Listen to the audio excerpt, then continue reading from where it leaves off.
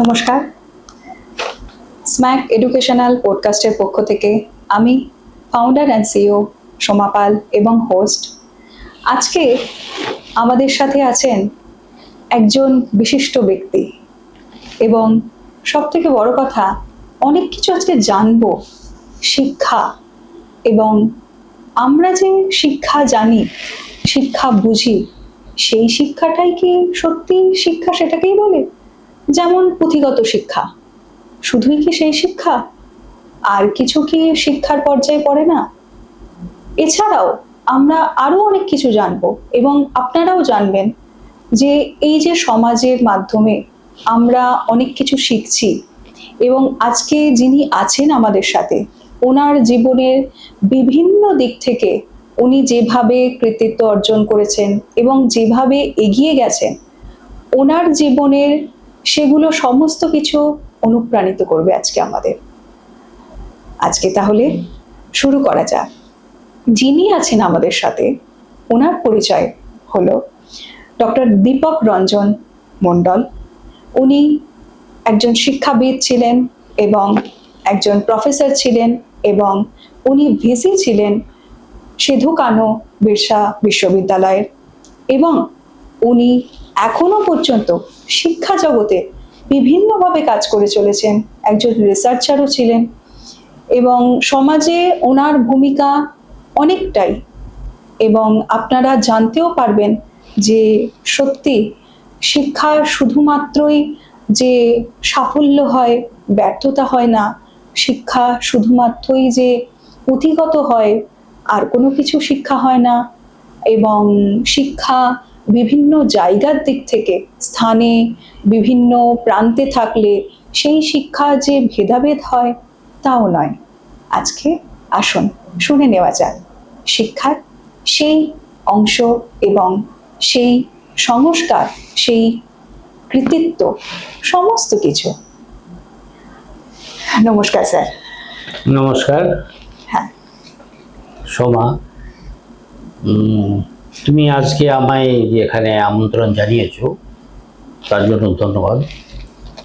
প্রথমে বলে রাখি, আমি যে বিশেষ কোনো কৃতি মানুষ তা কিন্তু আদৌ নই। আমি এক সাধারণ মানুষ।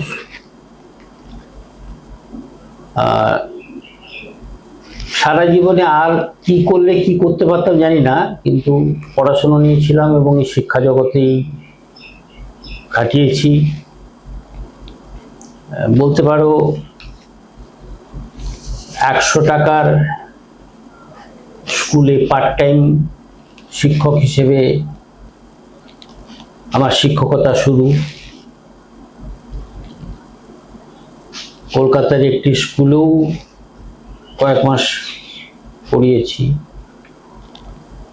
তারপরে সরকারি কলেজের অধ্যাপনা, যে বিভিন্ন ধাপ থাকে সেগুলো।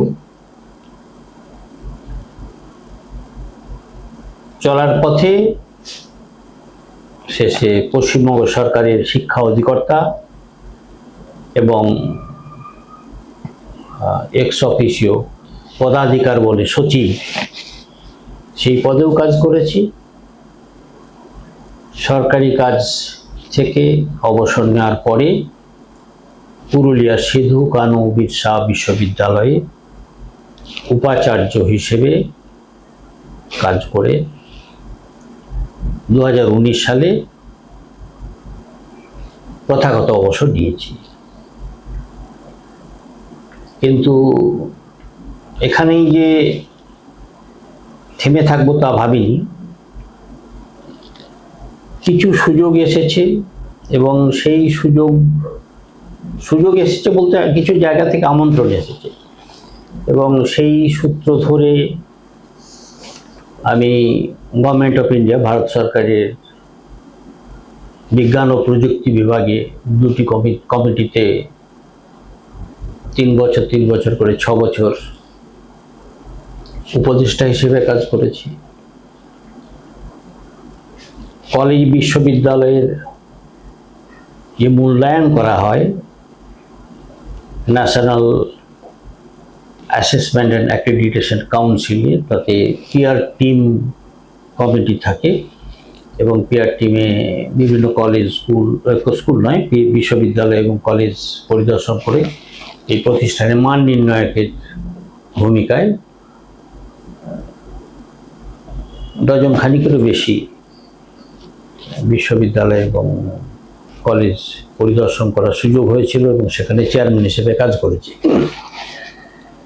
তো ব্যতিক্রমী মানুষ আমি আদৌ নই, তাহলেও আমি একথা বলতে পারি যে শিক্ষা, তাকে দেখার এবং চেনার একটা বড় সুযোগ পেয়েছি এবং সেখান থেকেই কিছু শিখেছি। মানুষকে কতটা শিখিয়েছি বলা মুশকিল আমার পক্ষে, কিন্তু এখনো শেখার কাজ করে যাচ্ছি। এবং বর্তমানে যে কাজগুলি করি সেগুলো তার যে সমস্ত কাজগুলি সংযুক্ত, সেটি কিন্তু শিক্ষা একদম নেই তা নয়, আছে, কিন্তু তার চাইতেও অন্য কিছু দিক আছে, যেমন জীবন জীবিকা। জনগণের পিরামিডের একদম তলদেশে যারা বাস করে সেই সমস্ত মানুষদের নিয়ে কাজ করছে এরকম বেশ কিছু স্বেচ্ছাসেবী সংস্থা আছে, যাদের আমরা এক কথা বলি এনজিও। এই স্বেচ্ছাসেবী সংস্থার পশ্চিমবাংলা এবং বিহার কয়েকটি সংস্থার উপদেষ্টা হিসেবে এখনো কাজ করে চলেছি। এবং যেহেতু আমি শিক্ষকতা করেছি এবং সেখানে এদেরই কাজের মধ্যে জীবন জীবিকা আছে, কিন্তু জীবন জীবিকা মানেই কিন্তু শুধু দুবেলা বা তিন বেলা পেট ভরে ভাত বা কিছু খাবার পাওয়ার, তাকে জীবন জীবিকা বলে না, যাকে লাইভলিহুড আমরা বলি, এর মধ্যেও শিক্ষা আছে। সেই দিকগুলি খুব কাছ থেকে দেখছি। কিছু কিছু জায়গায় সত্যি খুব করুণ পরিস্থিতি। যা শিখেছি তার মাধ্যমে যদি সমাজকে কিছু দেওয়া যায়, সমাজ আমায় অনেক কিছু দিয়েছে, এটা আমি বিশ্বাস করি। সেই প্রচেষ্টা এখনো চালিয়ে যাওয়ার চেষ্টায় আছি। তোমাকে অনেক ধন্যবাদ যে আজকে এই অনুষ্ঠানে তুমি আমায় ডেকেছো। কিন্তু আমি আবার বলি, আমি কোনো বিশিষ্ট বিশেষজ্ঞ শিক্ষাবিদ হিসেবে নিজেকে দাবি করি না, কোনো বিশিষ্ট মানুষ হিসেবে নিজেকে দাবি করি না। যদি বলো বিশিষ্ট মানুষ বলতে ভিআইপি টিআইপি, না, আমি সেরকম নয়। আমি সাধারণ জনগণের মধ্যে বড় হয়েছি, সেই সব জায়গাতেই থাকতে চাই। কোনো বিশিষ্টতার আমার কোনো প্রয়োজনীয়তা নেই। কিন্তু আপনার কাজ তো বিশিষ্টতা বলে দেয়। কাজ তো তার পরিধি অনেক, যা আছে তার সামান্য অংশে আমি পৌঁছাবার চেষ্টা করেছি। পৌঁছাতে পেরেছি আমি দাবি এখনো করি না, পৌঁছাতে চেষ্টা করেছি। দেখা যাক। নিশ্চয়ই, অবশ্যই। আজকে তাহলে শুরু করা যাক। আচ্ছা, আপনি বলুন তো, এই যে সমাজের মধ্যে শিক্ষা সংগ্রাম থেকে যদি আমরা বলি শিক্ষা সাফল্যটা কিভাবে আমরা পাবো? ভালো প্রশ্ন।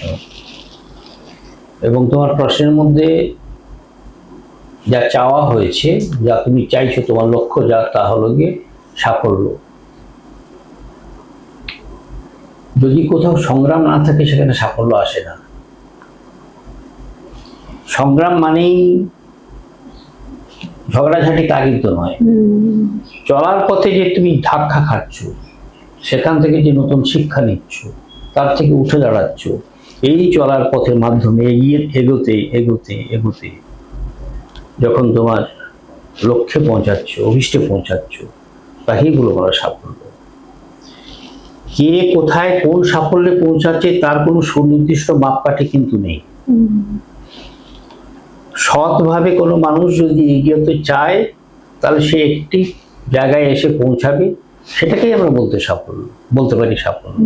সেই পরিস্থিতি মানে সেই অবস্থান যাই হোক না কেন, শিক্ষা ক্ষেত্রেই হোক, চিকিৎসা ক্ষেত্রেই হোক, প্রযুক্তিবিদ্যাই হোক বা সাধারণ কাজই হোক, সবাই এর মধ্যে সাফল্য এবং সংগ্রাম ছাড়া কোনো কাজই হয় না। একদম। যে সংগ্রামের কথা যদি বলছো, এই প্রশ্নটা একবার বলো তো, যে আমার নিজস্ব কোনো সংগ্রামের কথা জানতে চাইছো? হ্যাঁ, আপনি আপনার দিক থেকে বলুন, আমরা অনেক কিছু জানতে পারবো, শিখতে পারবো, সব থেকে বড় কথা। সংগ্রামের কথা যদি বলো, এটা আমার নিজস্ব একার সংগ্রাম তা নয়। আজ থেকে প্রায় 73 বছর আগে অধুনা ঝাড়গ্রাম, অধুনা কেন বলছি, মেদিনীপুর জেলাকে চেনে না ভারতবর্ষে এরকম কোনো মানুষ নেই। তার ইতিহাস অনেক বড়। ভারতের স্বাধীনতা সংগ্রামের প্রথম জাতীয় সরকার তৈরি হয়েছিল পরাধীন ভারতে, সেটাও মেদিনীপুর। সেই অখণ্ড মেদিনীপুরের মধ্যে ছিল ঝাড়গ্রাম জেলা। ঝাড়গ্রাম একটি মহকুমা শহর ছিল। শহর বলি কেন, মানে আমরা যে সময় ছিলাম তাকে জনপদ বলাই ভালো বোধ হয়।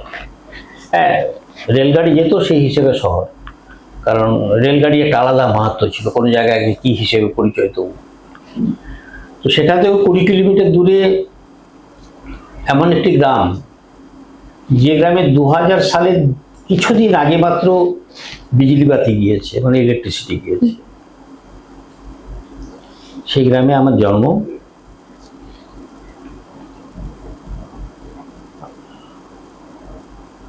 এখনকার যা পরিস্থিতি, সেই এখনকার সামাজিক যে অবস্থা, সেই তুলনা যদি করি, কিছুই ছিল না। কোন মানুষ কিভাবে যাবে, কোথায় কোন পথে হাঁটবে, কি আছে জীবনের ধাপ, বলে দেওয়ার মানুষও কেউ ছিল না। প্রত্যন্ত গ্রামীণ জায়গা। পরবর্তী সময়ে বেলপাহাড়ির আমলাশুলি বলে একটা গ্রামের কথা খবরের কাগজে উঠে এসেছিল। এরকম কত আমলাশুলি আমরা দেখেছি, তার কোনো তুলনা নেই। দারিদ্র কাকে বলে, ক্ষুধা কাকে বলে, জীবিকা কি। সৌভাগ্যক্রমে আমি মোটামুটি সচ্ছল পরিবারে জন্মেছিলাম। আমার বাবা ছিলেন ওই গ্রামেরই গ্রামীণ চিকিৎসক। আমার স্কুলের দূরত্ব গ্রাম থেকে ছিল, মানে হাই স্কুলের 5 কিলোমিটার 6 কিলোমিটার মতো। 5 কিলোমিটার 6 কিলোমিটার এখনকার সময় কিছুই না। মানে যদি একটা সাইকেল থাকে তাহলে তো অন্তত কিছু না, মোটর সাইকেল কথা ছেড়ে দিলাম আমি। কিন্তু 5 কিলোমিটার 6 কিলোমিটার সাইকেলে চলার জন্য যে রাস্তা, সেটুকু ছিল না। আমাদের পরিবার থেকেই জায়গা দেওয়া হয়েছিল গ্রামে একটি প্রাথমিক বিদ্যালয়ের জন্য। আচ্ছা। আমাদের পরিবারটা বেশ বড় পরিবার। আমার ঠাকুরদাদার, মানে কি বলবো, ঠাকুরদাদা যে বসত বাড়িটা করেছিলেন, এলাকাটা ছিল প্রায় 1 বিঘা 10 জায়গা নিয়ে। তো তারই একটি অংশে আবার সেই স্কুল এখনো আছে, চান্দাবিলা প্রাথমিক বিদ্যালয়। তো ওই স্কুলে প্রথম পড়াশোনা করি। তাহলে আমার শিক্ষা গ্রহণের প্রথম মন্দির যদি বলো, তাহলে গিয়ে বলতে পারি আমার গ্রামের ওই স্কুলটি। এখনো যখন আমি গ্রামে যাই, আমার যত ব্যস্ততাই থাকুক না কেন, আমি স্কুলে গিয়ে একবার প্রণাম করি, কারণ এখানে আমি প্রথম শিক্ষা গ্রহণ করেছি এবং এই শিক্ষার হাত ধরেই আমি এগিয়ে গিয়েছি। তো প্রাইমারি স্কুলের ক্লাস 4 অবধি পড়াশোনা। এবারে 5 থেকে পড়তে গেলে যেতে হবে একটা কোথাও। আর ছোটবেলায় আমি খুব পালোয়ান ছিলাম বলতে পারো, অর্থাৎ খালি গায়ে থাকলে আমার হৃৎপিণ্ডের ধুকপুক করতে বাড়ি থেকে দেখা যেত। অর্থাৎ স্বাস্থ্য মোটেই ভালো ছিল না। ক্লাস 5 থেকে যে হাই স্কুলে যাওয়ার কথা, ব্যবস্থা ছিল না।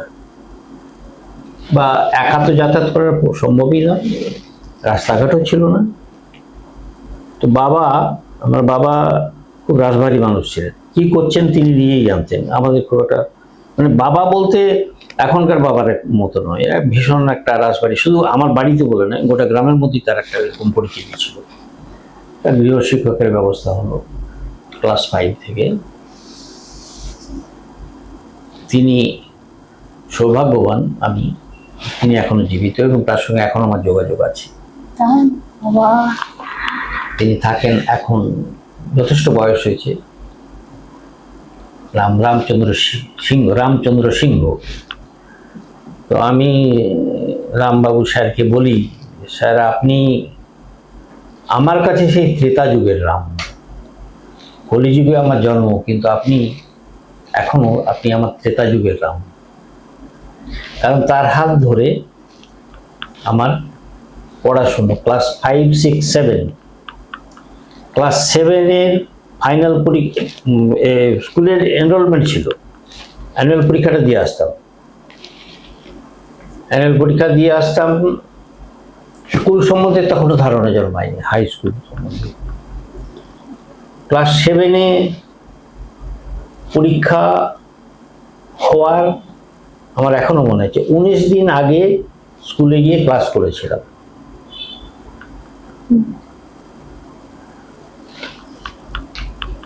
হাই স্কুলে যাত্রা তাহলে আমার শুরু হলো ক্লাস 7 থেকে, যখন আমি 8-এ উঠলাম।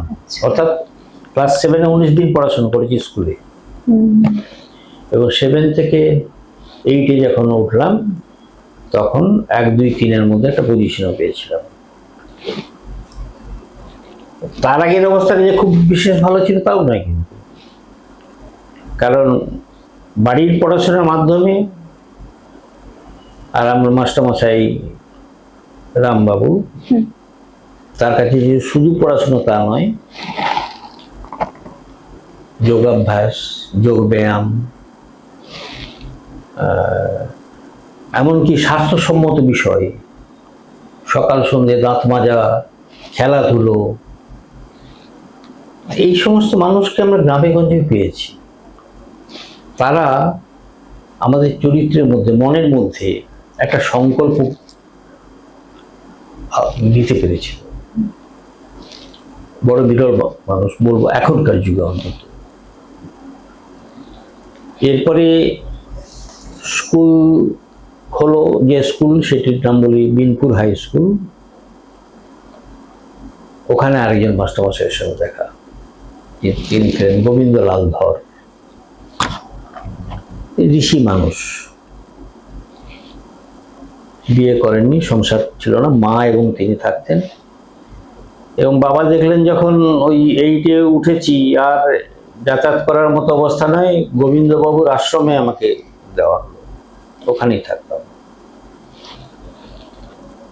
অদ্ভুত গুণসম্পন্ন একজন শিক্ষক মারা গেছেন, স্বর্গীয় গোবিন্দলাল ধর।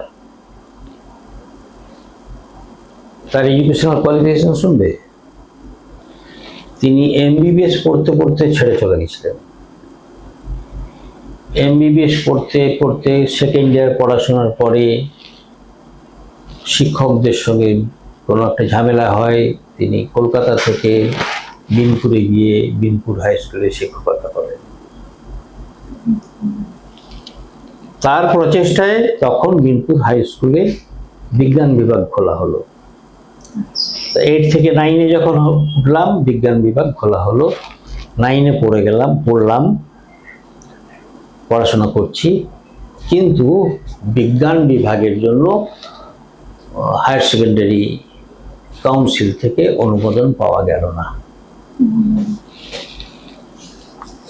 তাহলে কি হলো, এবারে যারা বিজ্ঞান পড়ছিল তাদের আরো একটা বছর ওয়েট করতে হয়, আর একটা বছর ওয়েট করে মতো বুঝতাম না আমি ওয়েট করতে হবে কি না হবে। তো বাবা, বললাম বাবা তলে তলে কাজ করে যাচ্ছেন, তিনি বাঁকুড়া জেলার একটি স্কুল, তার নাম গড়গড়িয়া সুভাষ হাই স্কুল, সেখানে আমায় পাঠিয়ে দেবে। সেখানেও এক ঋষিতুল্য শিক্ষকের সঙ্গে আমার আলাপ, কিরিটি ভূষণ সিংহ মহাপাত্র। কেমিস্ট্রি টিচার, এখনো জীবিত আছেন। কলকাতায় এসেছিলেন, তার ছেলে সিএসআইআর ইনস্টিটিউটে কাজ করে। কলকাতায় এসেছিলেন, আমি দেখাও করে এসেছি। এতদিন বাদে দেখা, আমি অবাক হয়ে গেলাম। স্যার শুধু আমার সম্বন্ধে নয়, আমার পরিবারের পুঙ্খানুপুঙ্খ সব কিছু মনে রেখেছেন এবং সেগুলো খুঁটিয়ে খুঁটিয়ে জিজ্ঞেস করছেন, দীপক এইটা কি হয়েছে, দীপক ওটার কি হয়েছে। এই যে কিছু মানুষের সংস্পর্শে আসা, এটা আমার ছাত্র জীবনকে অন্য পথে মডুলেট করে দিয়েছে। এবং আমাদের সময়ে এরকম মানুষের অভাব ছিল না, গ্রামে গঞ্জে ছিল বেশি। এবং তাদের মধ্যে একটা জেদ ছিল যে বলা যায় গ্রাম থেকে মানুষ কিছু উঠে যাক। সেটার সঙ্গে এখনো যোগাযোগ হয়, ফোন টোন কথা হয়। সেই অকৃত্রিম বাঁকুড়ার টানেই কথা বলেন এখনো। এরপরে তো এলাম মেদিনীপুর কলেজে ভর্তি হলাম। মেদিনীপুর কলেজ যেটি মফস্বলের কলেজ, মফস্বলের শহর হলেও মেদিনীপুর কলেজ, তার বিশেষত্ব হলো এটি যে 1873 সালের কলেজ। এটি ভেবে দেখো, 1873 সালে স্থাপিত হয়েছে। তো সেই কলেজের আমি পড়াশোনা করার সুযোগ পাই।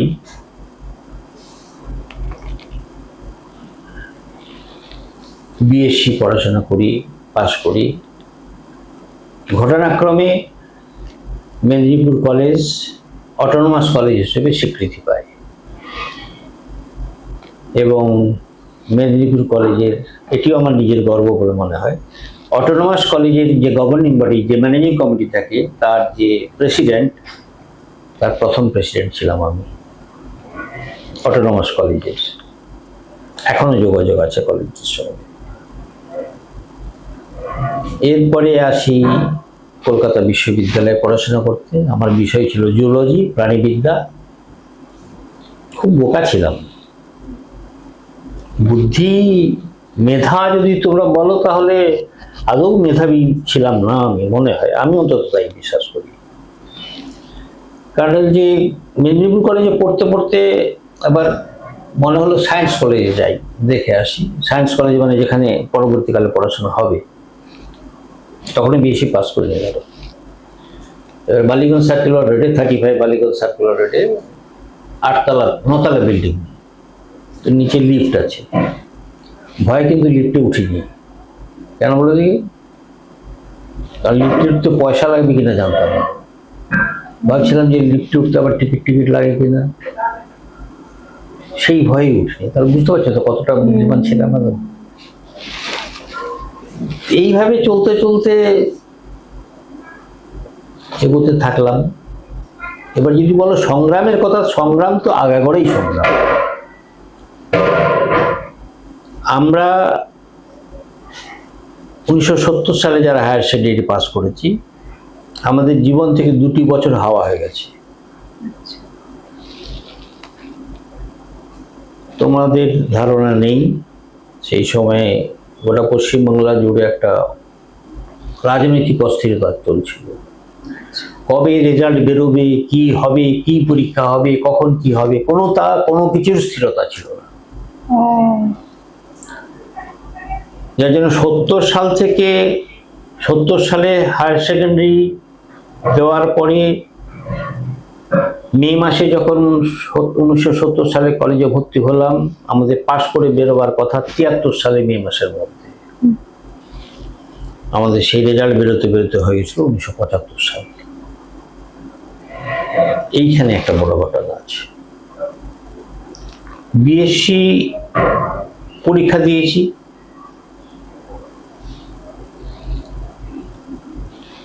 তখন পার্ট 1, পার্ট 2, পার্ট 3 বা সেমিস্টার টেমিস্টার ছিল না, দুটো ছিল।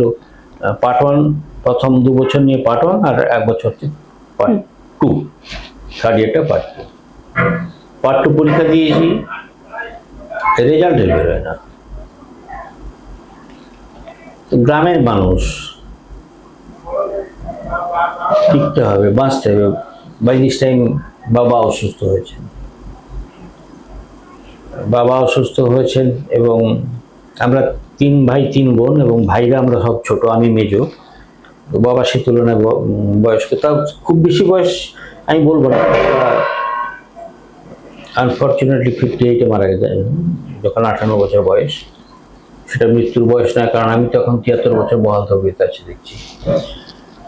সেই পরিস্থিতিতে রেজাল্টও বেরোচ্ছে না, কোথায় যাব, কি করব না করব কিছুই বুঝতে পারছি না। স্বভাবতই ওই কোদাল নিয়ে মাঠে গিয়ে চাষের কাজ করছি। বর্ষাকালে কোথায় কোন জমি দিয়ে জল চলে যাচ্ছে, সেই সমস্ত ইঁদুরে গর্ত করে দেয়, মাছে গর্ত করে দেয়, সেগুলোকে বন্ধ টন্ধ করছি। সন্ধেবেলায় একটা পোস্টকার্ড নিয়ে আমার দাদা হন্তদন্ত হয়ে হাজির হলে যে তোর রেজাল্ট বেরিয়েছে। সেই রেজাল্ট যে বেরিয়েছে খবরটি দিয়েছিলেন মেদিনীপুর কলেজের আমার একজন মাস্টারমশাই। তাহলে কোন ছাত্রের কি রেজাল্ট বেরোলো, কে পাস করলো, কি হলো না হলো, একজন শিক্ষক তাকে পুরস্কার দিয়ে জানাচ্ছেন। ভাবতে পারো কি ধরনের, কি মাপের শিক্ষক। তখনকার দিনে এরকমই ছিল, মানে শিক্ষকরা এইরকম শিক্ষকের আশীর্বাদ পেয়েছিলাম বলেই আমি অন্তত পেটের ভাতটা জোগাড় করতে পেরেছি। কি গুণ আমার মধ্যে ছিল আমি কোনোদিন বিশ্লেষণের চেষ্টা করিনি। আমি এখনো বলি আমি খুব উচ্চ মেধার ছাত্র ছিলাম তা নয়, কিন্তু আমার আনুগত্য ছিল, পড়ার একটা জেদ ছিল, সংকল্প এটাই ছিল ও যদি পারে একবারে আমি কেন পারবো না পাঁচবারে, ও যদি মাথায় পারে আমি মাথার সঙ্গে গতর যদি লাগাই তাহলে আমি কেন পারবো। গতর মানে বোঝো তো, কায়িক পরিশ্রম। একদম। তো মেদিনীপুর কলেজের মাস্টারমশাই রাধারমন দাস, তিনি মানে ছাত্র হলেও পুত্র স্নেহী বলে দেখতেন। তিনি বললেন এবারে কি করবি।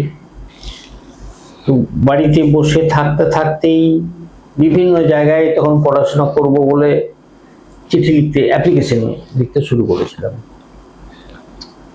ভারতবর্ষের অনেকগুলো বিশ্ববিদ্যালয়ে অ্যাপ্লিকেশন পাঠিয়েছিলাম যাতে মাস্টার ডিগ্রি করব। যে মানুষটা লিফটে উঠতে গেলে পয়সা লাগবে কিনা ভেবে পিছিয়ে এসেছিল, তার আগ্রহ একটা ছিল যে কিছু একটা করব, সে যাই হোক না কেন, যেখানে হোক না কেন সেটা করেওছেন। এবং বেনারস হিন্দু ইউনিভার্সিটিতেও চান্স পেয়েছিলাম, কলকাতা বিশ্ববিদ্যালয়ে চান্স পেয়েছিলাম। তো রাধারমন বাবু যখন জিজ্ঞেস করলাম স্যার কোথায় যাব, দূর কোথায় যাবি, হ্যাঁ কলকাতায় পড়। উনি নন্দীগ্রামের মানুষ, ঠিক এইটা নয়।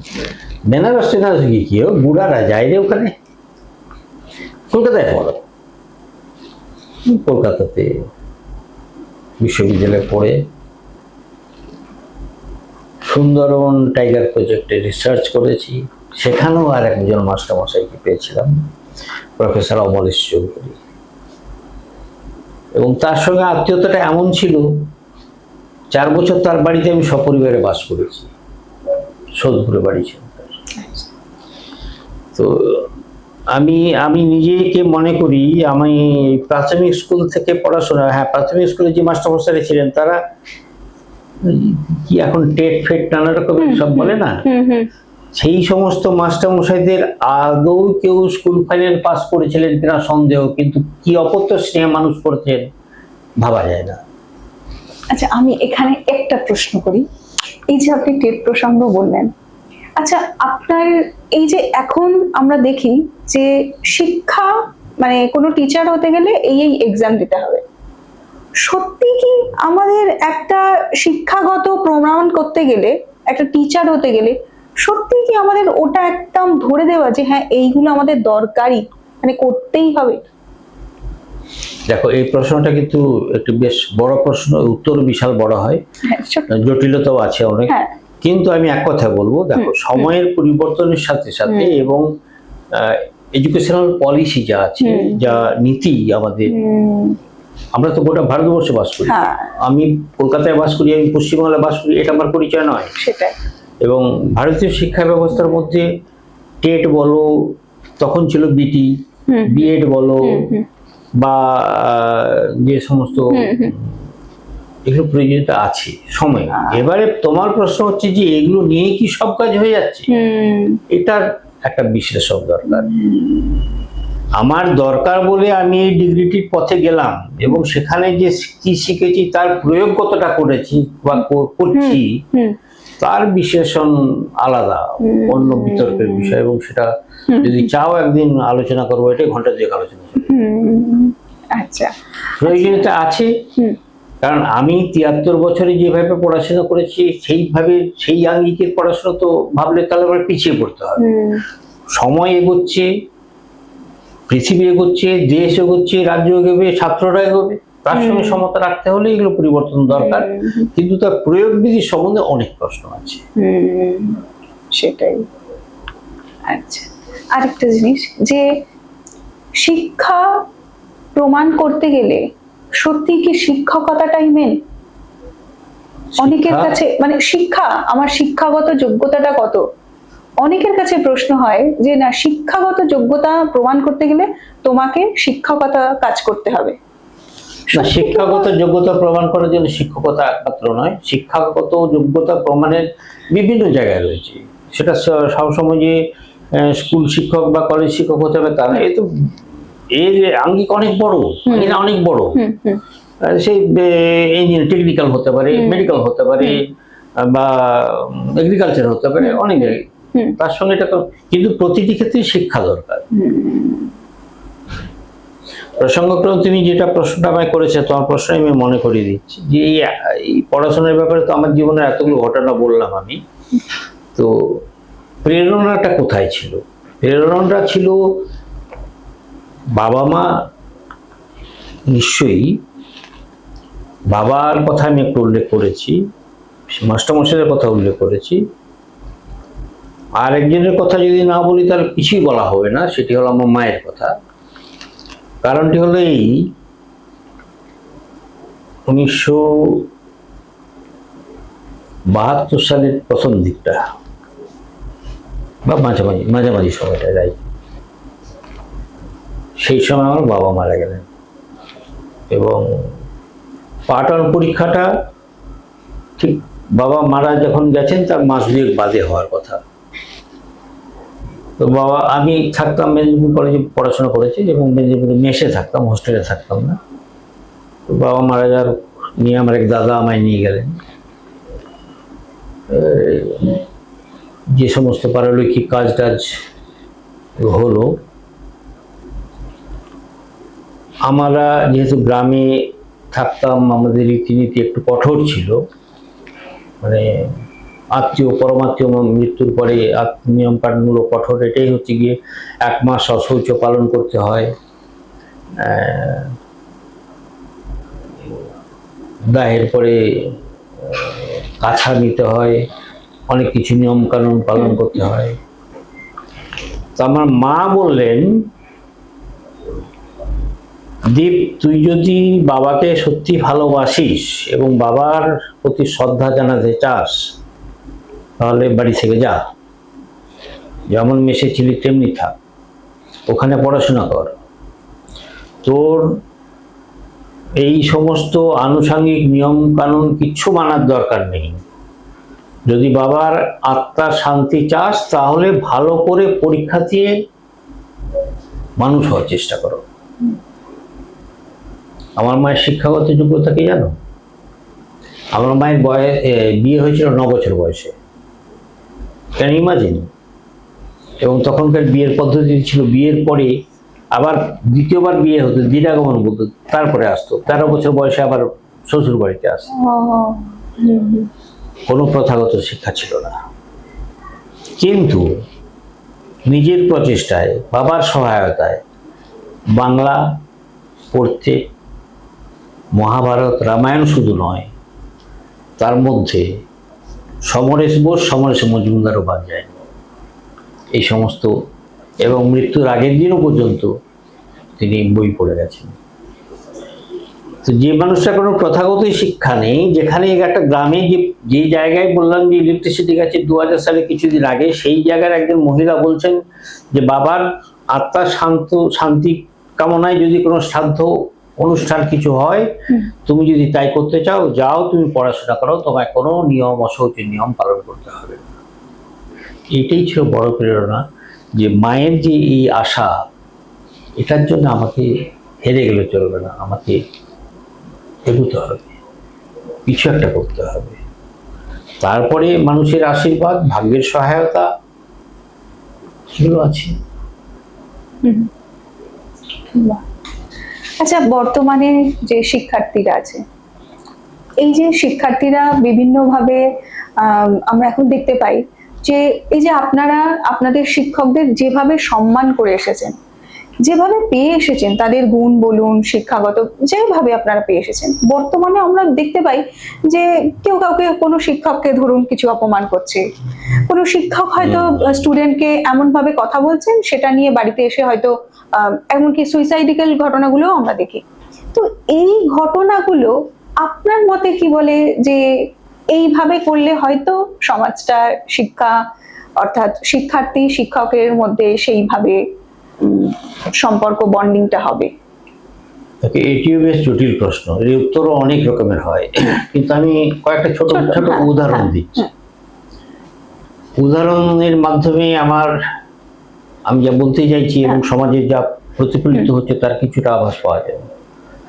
তোমার এই প্রশ্নের মাধ্যমে, প্রশ্নের জন্য একটি ছোট্ট ঘটনা আমার মনে পড়ে গেল। আমার স্কুলে তখন সম্ভবত ক্লাস 8-এ পড়ি, তো বাংলার ক্লাস। আমি না ওই হুবহু মুখস্থ খুব একটা পারতাম না, কবিতা টবিতা মুখস্থ এটা আবার কম্পালসারি ছিল, বলতে হবে কোনো কোনো একটা স্তবক কি দুটো স্তবক হোমওয়ার্ক থাকতো, পরের দিন সে বলতে হবে।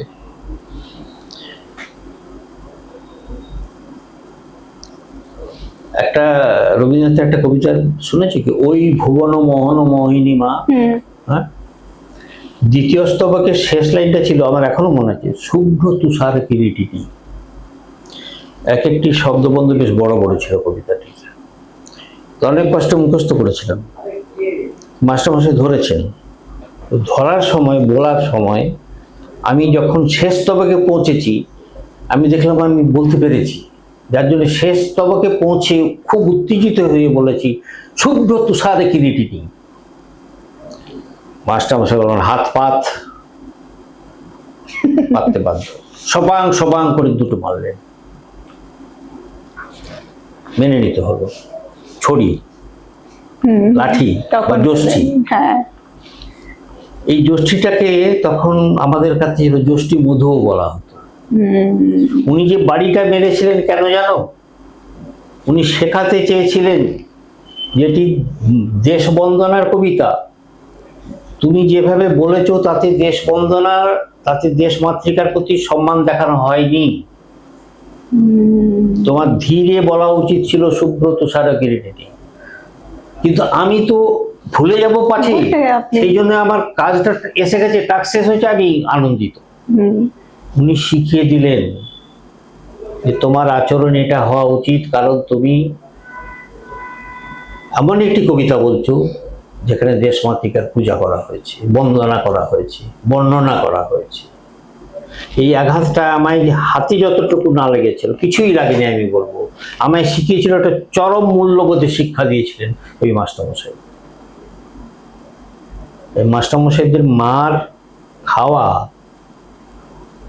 কে মারতে পারে বলতো? একটা বাংলায় তো অনেক চলতি প্রবাদ আছে,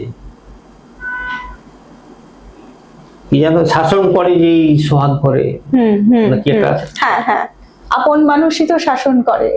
এই যে শাসন ছিল, এখন সামাজিক অবস্থায় কি হচ্ছে, একটি ছেলে ছাত্রকে যদি বকা হয়, মা বাবা গার্জেনরা চলে গেল, এই করছে সেই করছে। অবক্ষয়, মূল্যবোধের অভাব, আমরা ক্ষয়ের দিকে যাচ্ছি। শুধু হ্যাঁ, কারণ অনেক কিছুই থাকতে পারে, এর কারণ শিক্ষকদের মধ্যেও কারণ থাকতে পারে, সামাজিক কারণ থাকতে পারে, এই গণ্ডি মানে ভিন্ন রকমের। কিন্তু আবার এটাও তো নয় যে আমি 70 বছর আগেকার যে শিক্ষা ব্যবস্থা ছিল তাকে আঁকে বসে থাকবো এখনকার সময়, তাতেও হয় না, পরিবর্তন আসবে। কিন্তু একটা জিনিস আমার মনে হয়, শিক্ষণের মধ্যে, শিক্ষা পঠন পাঠনের মধ্যে যে মূল্যবোধের যে কথা বলি, তার মধ্যে বড় অভাব হয়েছে। এগুলিকে নতুন করে জাগানো দরকার।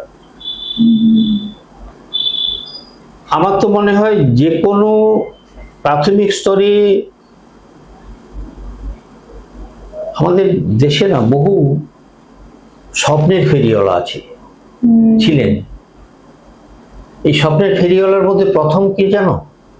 স্বামী বিবেকানন্দ।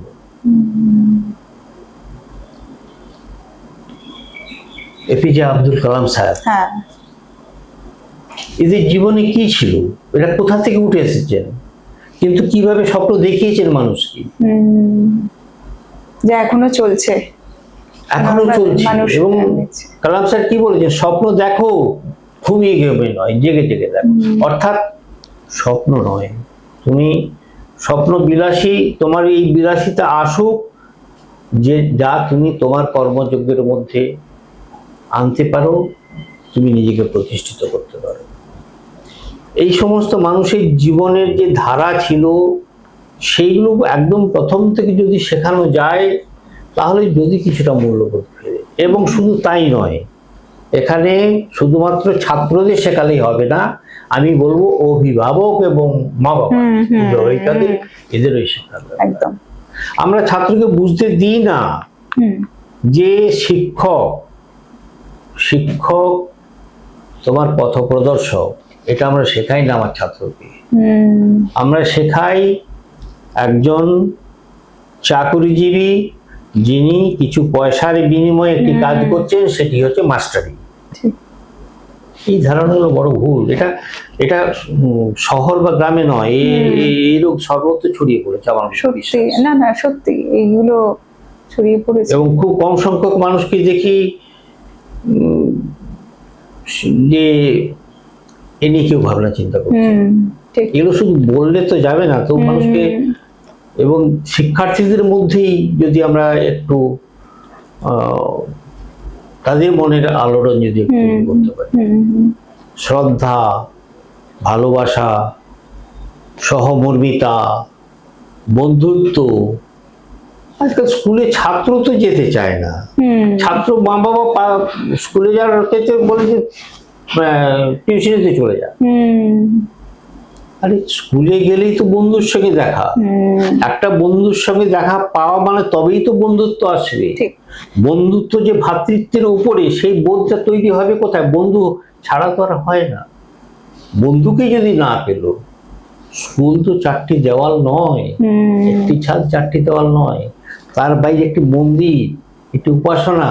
আমি বললাম না একদম, আমি গ্রামে গেলে এখন আমার এই প্রাথমিক বিদ্যালয়ে গিয়ে আবার প্রণাম করে আসি। এইগুলো খুব অভাব বলে আমার। আচ্ছা, আরেকটা প্রশ্ন, যে এই যে অনেকের অনেক রকম সাবজেক্ট থাকে, যে কেউ ধরুন সায়েন্স পড়ছে, কেউ আর্টস পড়ছে। এখন আমরা দেখি অনেক সায়েন্সের অনেক পার্ট ভাগ আছে, অনেকে নিয়ে পড়ছে, স্ট্রিমে যাচ্ছে। আচ্ছা, অনেকে এরকম ভাবে যে আর্টসে গেছে, তাহলে হয়তো শিক্ষাটা মানে সেরম ভাবে খুব একটা অতটা সেরম ভাবে নয়, সেরম জ্ঞান বলুন ওটা নয়। সায়েন্স গেছে তার মানে সে সত্যি ভীষণ পাওয়ারফুল, আর সত্যি সে খুব স্টুডিয়াস। আর যে কমার্স গেছে, তোরও তো পড়েই না। এই যে এইরকম ধারণা একটা আমাদের মধ্যে তৈরি হয়ে এসেছে এবং এখনো হচ্ছে, এগুলো থেকে আমাদের বেরোনোটা সত্যি উচিত কি? যে ডিভাইড করা সাবজেক্ট বেসিসে মানুষকে। বলছি, দেখো, শিক্ষা মানে আর্ট, সায়েন্স, কমার্স যে স্ট্রিমের কথা বললে, সেগুলো থাকা দরকার। এবারে কোন ছাত্র কোথায় যাবে, সেগুলো ছাত্রের হাতে ছেড়ে দেওয়া প্রথম দরকার। আমাদের সমাজে প্রথম যে বড় ভুলটি হয়, তা হলো গিয়ে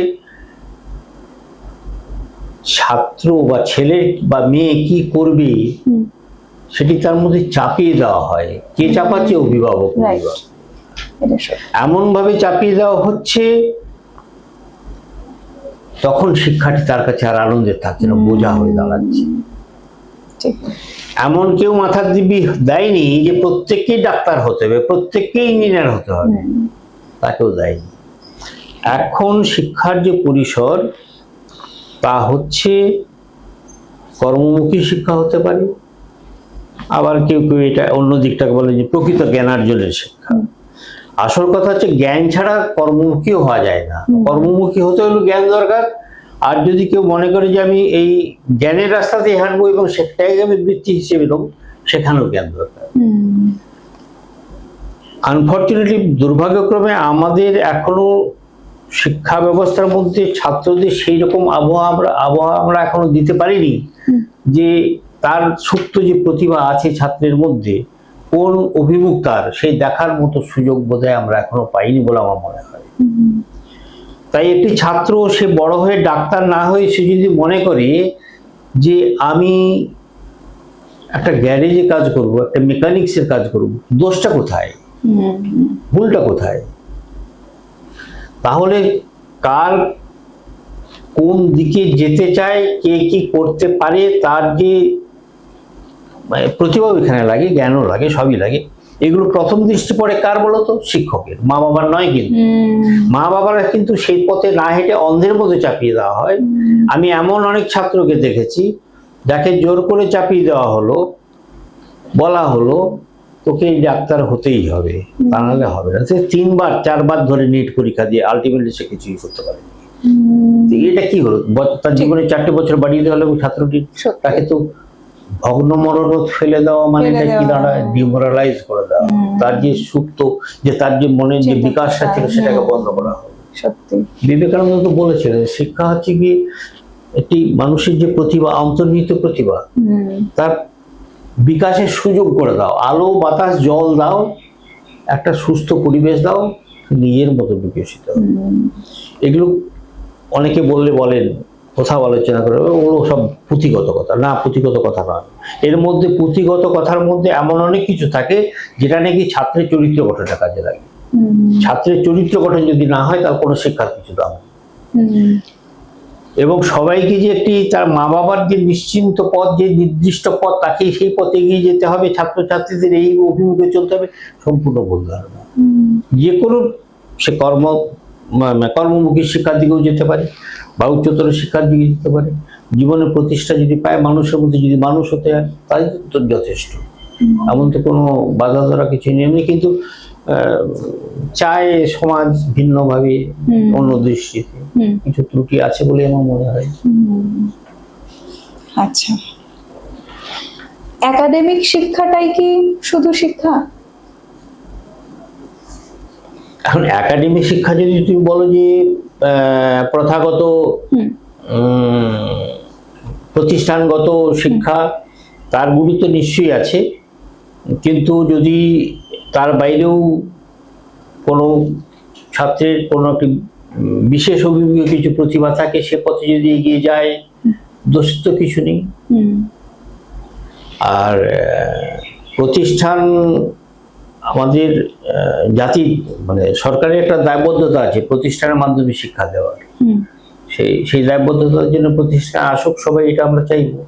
এবং প্রতিষ্ঠানের মাধ্যমে যদি শিক্ষা পায়, সেটা খুবই ভালো জিনিস হয়, নিশ্চয়ই ভালো জিনিস হয়।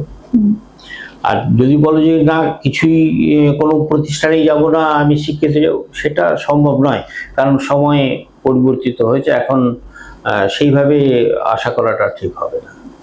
কারণ সমাজের ওই প্রতিষ্ঠানটির বাইরে সমাজের অন্যান্য যে দিকগুলি আছে, তাতে শিক্ষা অভিমুখ পথ দেখাতে পারতো যে প্রতিষ্ঠান, তার বাইরে যদি চলে যায় তখন অনেকগুলোতে বিপদে চলে যেতে পারে। সেরকম সম্ভাবনা থেকে যায়, তার থেকে দূরে থাকাই ভালো। আচ্ছা, শেষ প্রশ্ন, যে নিজের স্বপ্নকে, এই যে শিক্ষার্থীরা এখন পড়াশোনা করছে, নিজের স্বপ্নকে সফল করার জন্য, এই যে বর্তমান শিক্ষার্থীদের বিভিন্ন রকম, এখন তো অনেক রকম স্ট্রিমে, মানে একটা স্ট্রিম থেকে বিভিন্ন রকম ভেবে নেয়, এতে যাব ওতে যাব, বিভিন্ন শিক্ষার্থীরা। তো সেই স্বপ্নকে, তার মধ্যে একটা স্বপ্নকে সফল করার জন্য কিভাবে সে নিজেকে গড়ে তুলবে, একটা এমন কিছু বলুন। দেখো, এখন কিন্তু আমাদের দেশে তথা আমাদের রাজ্য প্রতিষ্ঠানগত শিক্ষার ব্যবস্থা সর্বত্রই হয়েছে। আমি আমার সময়কার যে সময়কার বললাম, সেই করুণ অবস্থা এখন আর নেই। তুমি স্কুলের সংখ্যাও বেশি, শিক্ষিত, ডিগ্রি সম্পন্ন, উচ্চশিক্ষিত শিক্ষক সম্প্রদায়ের বেশি, তার মধ্যে অনেক অনেক কিছু আছে, আমি সে পথে গেলাম না, সেসবগুলো রয়েছে। এবারে ছাত্রটি যে শিক্ষার মধ্যে যাচ্ছে, সেই শিক্ষা, আমি প্রথাগত শিক্ষার কথা বলি, প্রতিষ্ঠাগত শিক্ষার মধ্যে যেতে যেতে তার নিজেরও একটা উপলব্ধি থাকবে যে আমি কোন দিকে যেতে চাই। আমি ছোটবেলায় এরোপ্লেন ওরা দেখে ভাবতাম এরোপ্লেনটা চালাতে পারলে কেমন হয়, ভেবেছিলাম এক সময়। তারপর দেখলাম না, এটা আমার থেকে হবে না। তাহলে এই ছাত্রটি জীবনে মানুষ হতে হবে তাকে, এবং শিক্ষার পথ ধরে তাকে এগিয়ে যেতে হবে। এটি প্রথম শিক্ষা পাওয়ার দরকার। তুমি মানুষ হতে হবে মানে তোমাকে একজন ডাক্তার হতে হবে, তোমাকে একজন ইঞ্জিনিয়ার, যেটা মা বাবার মাথার মধ্যে ঢুকে আছে, যেখানে মা বাবা ফেল করেছে ছাত্রকে দিয়ে, তার ছেলে মেয়েকে দিয়ে সেখানে পাস করতে চায়, এই ভ্রান্ত ধারণার মধ্যে না গিয়ে ছাত্রের মধ্যে যে প্রতিভাটি রয়েছে, যে আকাঙ্ক্ষাটি রয়েছে, এবং তার জীবনে দাঁড়ানোর পথ নির্দেশ করে, সেই পথে হাঁটতে দেওয়া প্রথম দরকার। এমনও দেখা গেছে যে একটি ছাত্র ভাষায় তার দখল নেই, তার অঙ্কে খুব ভালো দখল।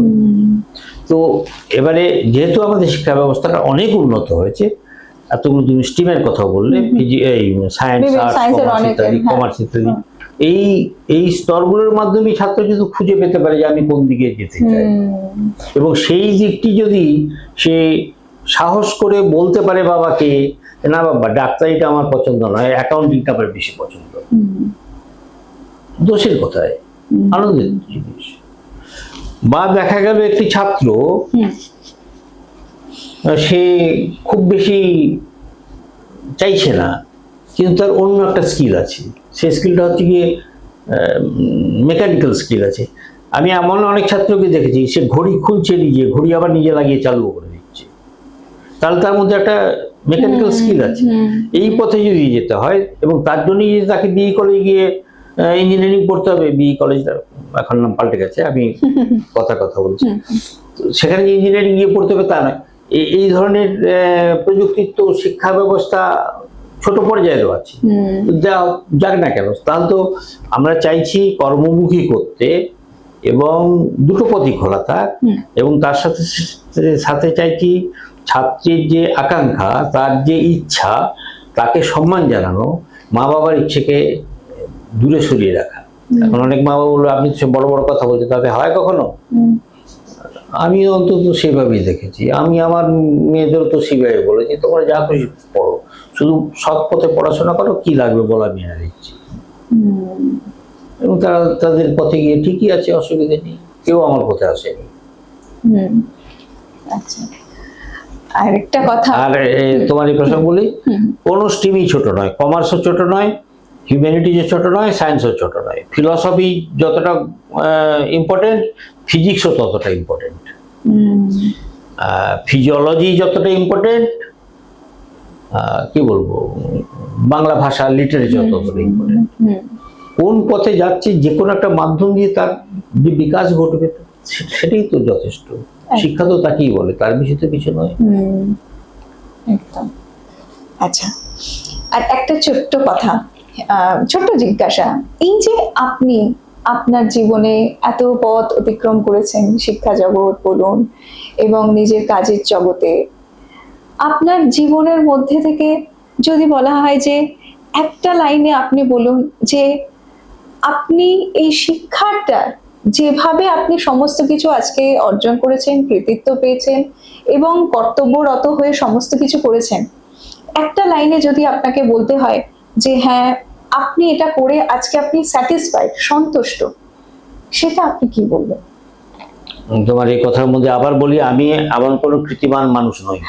যেটুকু করেছেন, কথা হচ্ছে যে ছাত্রছাত্রীদের জন্য বা ইয়ং জেনারেশনকে বলবো, তোমার থেকে হবে না এরকম কাজ হতে পারে না।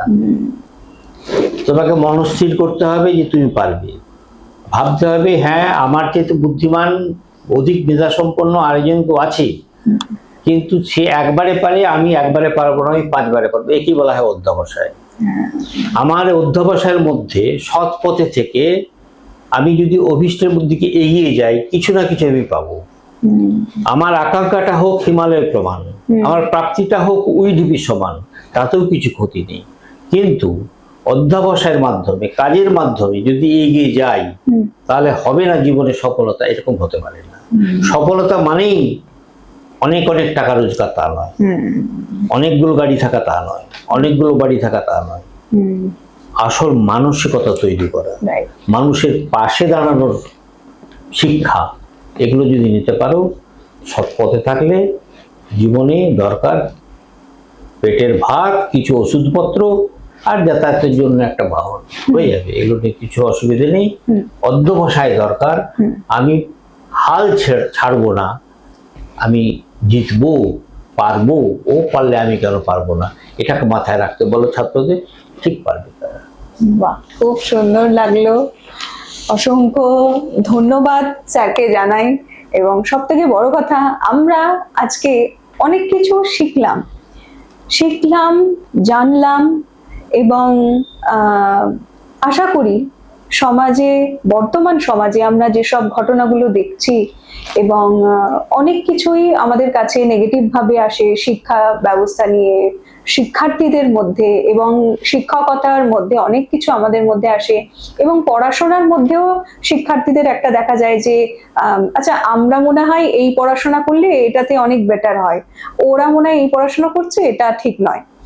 এবং অভিভাবকদেরও আমি এই কথাটা জানিয়ে রাখি, এখান থেকে আজকের যে স্যার যে কথাগুলো বললেন, যে বক্তব্য রাখলেন, প্রত্যেকটি কথার মধ্যে ভীষণভাবে অনুপ্রেরণামূলক কথা, এবং ওনার জীবন দর্শন বলতে গেলে অনেক কিছু। উনি হয়তো বলছেন কিছুই না, কিন্তু সত্যি উনি যে জায়গা থেকে উনি আজকে নিজেকে যেভাবে এখনো পর্যন্ত রেখেছেন, সত্যি সেটা আমাদের কাছে অনেক কিছু শেখার এবং অনেক অনুপ্রেরণা দেয়।